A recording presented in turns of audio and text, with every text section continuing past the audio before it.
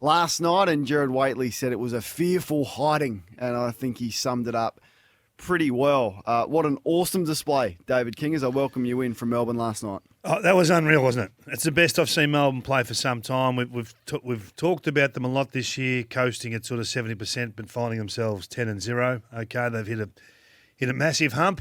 Teams are coming for them from everywhere. Everyone's analysing what Melbourne are doing. They're all playing a different way against them. Some are holding a defender behind the ball. Some are going faster with ball movement. They've had all sorts of challenges Melbourne come at them this year, on and off field. But I think they got to the bye and gathered and said, okay, what are we doing here? Yep. Let's get back to our absolute best. Let's hunt football. Let's put the opposition under a pressure they cannot handle. And last night, once they just got those two components to their absolute max, everything else fell into place. It was awesome to watch, wasn't it? It was. It was just some of the passages of play where it was just a scrap, and Brisbane got a smash tackle coming from all directions, which led them to turn the footy over in the front half. I think they kicked 32 points from turnovers in the first half alone. Their style of play. Was it that? Was it back to that, forward half pressure, turning the footy over in their front half and being able to score off that? I think everything works when you do that. When you put pressure on and you hunt the ball like they did, everything else falls into place. So Lever's able to take intercept marks because there's dirty ball going forward for the Lions, and then you get to play the game in your forward half. So therefore you score from forward half. So I'm not so much worried about the stats or the actual scoring modes. That's how it looked. But when you see Jack Viney set the standard like he did in that first half, I haven't seen a half as brutal as that for a long time. I think that was something like, I don't know, plus 30-odd contested footy at a half. That's just ridiculous. You don't see that. You certainly don't see it against top four contenders. You might see it first versus 15th. And it was Viney, it was Oliver. I made the comment yesterday or on Wednesday night that I think Jeremy Cameron's the best player in the competition. And as soon as I said that, I had 10 people tweet me, what about Clayton Oliver? And a matter of hours later, he does that, and you think, "Wow, this guy is getting better every time you see him." So, now I'd take my hat off to their midfield. They set the tone, and if they play at that level, it's over. If they play at that level, I'm not sure you can, but for a long term. But it was just brutal. So I think that's the thing for me, and I think you summed it up exceptionally well with everything you just said there. If they play like that, good luck to anyone, and that's sort of been the thought for most of us this year, but it made it interesting. The last 3 weeks made it really interesting. So if you get them on a bad day and they don't bring that, then there's an opportunity to beat them. But if they play like that with that ferocity, and I was nervous early, there was warning signs when Bailey Fritsch runs into an open goal and ignores the Norm Smith medalist with the easiest walking goal I've ever seen. He gets tackled from behind. They started really slowly, so to be able to regroup after a shaky start, I thought was really impressive. But that Viney game was unbelievable. He's the most ferocious competitor. Oh. Selwood's done it for so long, and Hodge has done it for so long. Did it for so long. He's in that category, I reckon now. It's a good call. It's a good call. He sets standards that. No one can go to that level. There's only certain players in the comp that can go to that level. But we spoke to Angus Brayshaw after the game. And he mentioned that they just focused on mastering their roles. So everyone just mastering their role. It's great terminology. Don't worry about the bigger picture. Don't worry about finals. Don't worry about premierships. Just master your role. And you could sort of see that last night.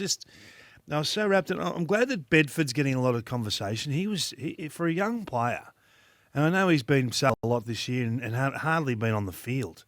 But some of the things he did. Banana from the boundary. You go, oh, well, that's just a little. That can be a little bit lucky. And then 10 minutes later or a quarter later, he snapped the ankles of someone. The double-handed ball. Yeah, the double-handed ball was a throwback to the 50s. But it was so good. It was just so good to see him take that risk. Risk failing, get run down and embarrassed to kick the goal. So I'm just wrapped that Melbourne are back, to be honest, because I think that it would have been so disappointing had this season just meandered for them and not really produced anything. But right now, the competition's best are absolutely back, and look out. And I think it's a sign of a strong club. I think Simon Goodwin's leadership over the last fortnight, he's been under the pump, off field, on field, the fight with Melksham and May. I think the leadership of the club, I thought it was a really strong step for them. Alan Richardson, I think, has been important in that, and no doubt Mark Williams behind the scenes, as well as Max Gorn, who spoke so strongly about it as well. So to put those distractions aside and play like that. Dees fans, really happy to have a thought from you. 0433 98 11 16 is the September text. Do you worry about their forward structure at all? Like Ben Brown did a bit early, Wiedemann, a bit of second ruck, but not a lot. Fritsch is the main sort of target inside. Does that give you concern at all? Not at all. No, Okay. I think whenever I hear Simon Goodwin talk, he says we prioritise contest and defence. Yeah. And then they worry about the offensive flow off that. But it's all complementary. The way they defend helps the way they attack, and vice versa. But that was awesome. What about the flip side of the coin? Yeah. What does it do for your thoughts or your confidence in Brisbane? Well, I was driving in listening to Tradies News with Jordan, and I heard Chris Fagan speak after the game. He was pretty upbeat and optimistic. I mean, they have been smashed around the ball. I mean, take you back to the Hawthorn game where that happened, and Fremantle in particular beat them up around the ball, and then they got smashed around the ball against Melbourne. So there's a bit of a trend there. They've won enough games to still be in a good position, but yeah, as you said, they were just smashed around the footy last night. So the concern for me is when the coach in the pre-game said, okay, let us in a little bit, and they're very good with their information in the pre-match. And Chris Fagan said, well, this is a real toughness test for us. This is a test to see how tough we are. And then they go and get absolutely brained. Not even close. You know, it's not even about the numbers. You could see it. I mean, you could have been in row 50 last night and just seen every time the ball went into traffic, Melbourne were head first, they were tougher, they were harder for longer, they broke tackles, they stepped through tackles last night. It was like the old wet straw discussion, straight through. There's broken tackles everywhere, and then they're out and gone, really aggressive running patterns. I know we keep talking about Viney, but the way he stepped through and embraced contact was next level. The tackle on Kingy Coleman just gave his rib cage a little audit, just to make sure everything was in good working order there. So that's what we're talking about. We're talking about can they win it? The gaps on that performance, and I think I heard you guys say on Fox Footy they hadn't won since 2014 at the MCG. I mean, is that it for them? Like. No, it's not it. It's not it. I think it'd be too. I'm close to saying that. Really? I'm close to saying that it's going to be really difficult for them. Like, I don't think you get embarrassed like that on the MCG in a year and come back and win it. And it's not for the first time. I mentioned the Brisbane game. I mentioned they were beaten by Hawthorn. It's not the loss. It's the way they lost, isn't it? The way they lost. I look at their forward. I look at their tall forwards and how fluky they are. Like I spoke about McStay yesterday. He's a half a goal a game key forward or a goal a game. Just doesn't do enough. Hipwood, are you going to rely on him in a big final, not only to impact, but also to kick accurately? No, I'm not. And then Danaher, I've liked his year, but once again, 1-3 last. I just can't rely on their forwards. Their midfield, I don't think has that strength about it. I've loved what Rayner has done. He's been important, but I just think there's too many holes. And I just think last night was a big step backwards for them. Well, if it's not Lockie Neal winning the ball, and Jared Lyons had a pretty good year, but those two, they really missed Zorko. They missed his brilliance and his ability to actually impact the game. And I know Zach Bailey hasn't had a great 8 weeks. He hasn't. He had a 20-minute patch against Fremantle where he kicked 3 or 4 goals. Outside of that, he's been pretty poor for 2 months. So I'm not sure you can say, Bailey in there, this corrects. So they've got their worries. Harris Andrews worries me a lot, but he has done a lot. It worries me more when you put it on your midfield in the pre-game and then they deliver that. So do you put it on them again next time? Yeah. Because you know what's coming. So I just want to take you back to April. And we had a bit of fun with this when Kingy said this. Be very afraid, Jared. Melbourne are going at about 70% of last year. And they're already proving they're 50% better than the rest of the competition. They're 4-0 and they're going half rat power. What's the odds? What's the percentage update now, Kingy, on the back of last night? So they're 70% better, but they're going at 50%. Can I have a percentage update? That's a good question. Can I get the think music for that? Very good. Well, they made a statement last. I mean, that's their best, isn't it? So let's just say they've bridged the gap from 70. We'll pluck a number. Well, let's just say they're back to 80%. They've still got some scope. Their forward line's still not absolutely functioning. You're a hard But man. if that They comes couldn't good, have been my much God. better last night. it couldn't have been. I didn't think May had a great night last night, although he helped Lever out 8 intercept marks and Gordon wasn't playing. So I guess there's 5% there. There's another thing. So that helps. A lot of people reckon he's the best player in the comp, so there's a percentage in that. And the way they pay him, I think you'd have to endorse that. Hey, can I get your thoughts on this? Because a lot of people have sent this to me. Brent Harvey having a chat with Alistair Nicholson and Cameron Ling yesterday, a little podcast they do on 7, which you'll be familiar with when you go there. Have a listen to this and then just I want to get your thoughts. If I was Jason's manager on a personal note, why would he sign? Why would he sign? He's nearly probably our 5th best player now. If he continues to play and grow like he should next year, he's going to be our 2nd or 3rd best player next year. It's dollar sign straight away for his manager, and he'd be silly not to sign a contract. Do we want him to sign? Of course we want him to sign as a football club, but his manager would be a silly bugger, I reckon, if he made him sign right now, and that's the reality. But what I see from Jason, I see him 2 or 3 times a week. He's very happy. He's entrenched in the football club. Sometimes it doesn't look like that on field, but that's the good and the bad. So he's part of the development program at the Kangas, and he's clearly the runner of a weekend. Probably does a couple of days a week at the football club. Is it a problem that he says that about a list management / contractual discussion or not? My first thought is he's trying to alleviate the concerns from the Melbourne fans as to why he hasn't signed. So that there's an excuse there, and he's saying in no uncertain terms, well, I'm not worried because why would he sign? His manager is clearly saying to him, this is why you shouldn't sign because next year you're going to be worth more, so let's just hold off. So I think he was trying to say, give a reason to the North fans who are a little bit anxious, a little bit nervous with all the conversation going on. Why hasn't this guy signed yet? Boomer's saying, well, why would he? That's how I took it. And then he went on to say that he hasn't seen any reason for him not to and that he's engaged in the program and he hopes that he does sign. So I must admit I didn't have a major issue with it. Was it Ross Lyon that I think had a... Was it Ross, was it? I hope I'm right in saying that. I might not be, but I think there was someone who said that he wouldn't like hearing that if he was the coach of the North Melbourne Footy Club. How do you see it? No, I think he's right in what he says. What he said, spot on. Yeah. But in that role, are you able to actually say your actual beliefs? Which is ridiculous, isn't it? We want people to be honest as soon as it goes against what the club need. Yep. Anyway, North fans, have you say on that one, 0433 90 out 11 16. I was just about to tweet last night because I was watching the game. It was about 5 minutes to go in the second quarter, and I thought, how good's the umpiring been? I was actually gonna send a tweet out. I think there was 9 free kicks paid to the point when I was gonna hit send on the tweet, and then Cameron Rayner gave away that 50, which I'm gonna sing it from the rooftops until it goes away. So I apologise if it's boring all of you, but the 10-metre protected zone has to go, and we can't cop it as footy fans. So I urge you, and my old man was tweeting last night. Grant Thomas was, and millions. My Twitter feed was being keep it coming. I want more. We just can't cop it. But the umpiring was terrific. Besides that, and that's not an umpiring. That's a rule change. 24 free kicks is perfect. I mean, that's how you umpire grand finals. Like, less is more. Did you notice them? I didn't notice them at all apart from that 50. I thought it was terrific performance from the umps last night. Yeah, a little bit of common sense has to come Less in. is more. Is he the oldest tweeter in Australia, your old man? He's only 74. He's quite sharp. Who would be older than him tweeting? 74. That's Joe Biden got a Twitter account.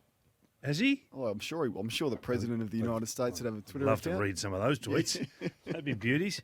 No, I think would he be the oldest? Joe Biden, oldest in Australia. And you went with Joe Biden. Oh, sorry. You give me Oldest. I'm give sure me some nominations of some people who have got Graham Cornes covered at 74 and are tweeting at the moment. All right. As Mark from Sunbury, she got a Twitter account? I didn't think we were going to go there this morning. Okay. But what was your thoughts, people, on the umpiring last night? And is less free kicks? So Lee Matthews says more free kicks the better. I can completely disagree with that. If in doubt, don't blow the whistle, as we've spoken about a number of times this year. I love strong opinions, Kingy, and I love it when you put yourself out there, or anyone does, and I respect it, may not agree with it, but the fact that you will do that, is great because it gets us all talking. Now, during the week, I must admit I didn't watch the segment, but I saw the social media breakouts. Jeremy Cameron is the number one player in the competition. Firstly, the floor is yours, your reasons as to why you said that during the week. Well, I think if the whole game's about scoring and stopping scoring, right? So whatever you want to talk about with stoppages and turnovers and structures and all this sort of stuff, the whole game is about either scoring yourself or stopping the opposition scoring. So the guy that's been involved in the most scoring for the year, you would think would be a pretty important player to the competition. He's one behind in the Coleman. He's the best field kick rated by Champion Data, 13% above the AFL average. So there's not much that he's not elite at. Jeremy Cameron, I said, I think he's the best player in the competition. He plays it a little bit differently. He's not a key forward. He's a half forward flanker that works up the ground and works back, and he's become a headache nightmare. So we've talked a lot about Dustin Martin starting in the midfield, then going forward. This guy does the reverse. He starts forward and goes in the midfield. So he challenges a backman straight away to say, gee, am I going up there? Am I going to run midfield kilometres in an area that I'm not good at? That's why I'm a backman. Okay, so he changes structures of the opposition immediately. So I said, not just because of what his output is, but because what he does to the organised back six that he leaves, that he vacates. I said he's the number one player in the competition. Now, And what was the reaction to that? well, mixed, to say the least. And I understand that that's an opinion that not all share. And that everyone tracks back to midfielders because it's easy to assess their influence and the volume of possessions. They say, oh, this guy gets 35 a week. This guy gets 40 a week. And I have got a little bit back saying that Cameron hasn't done it against the best teams. He's kicked 2 goals, 7 against top 8 teams. He only played 4 top 8 teams. So we're waiting to see what he does on the weekend. Absolutely. And it's an ongoing discussion.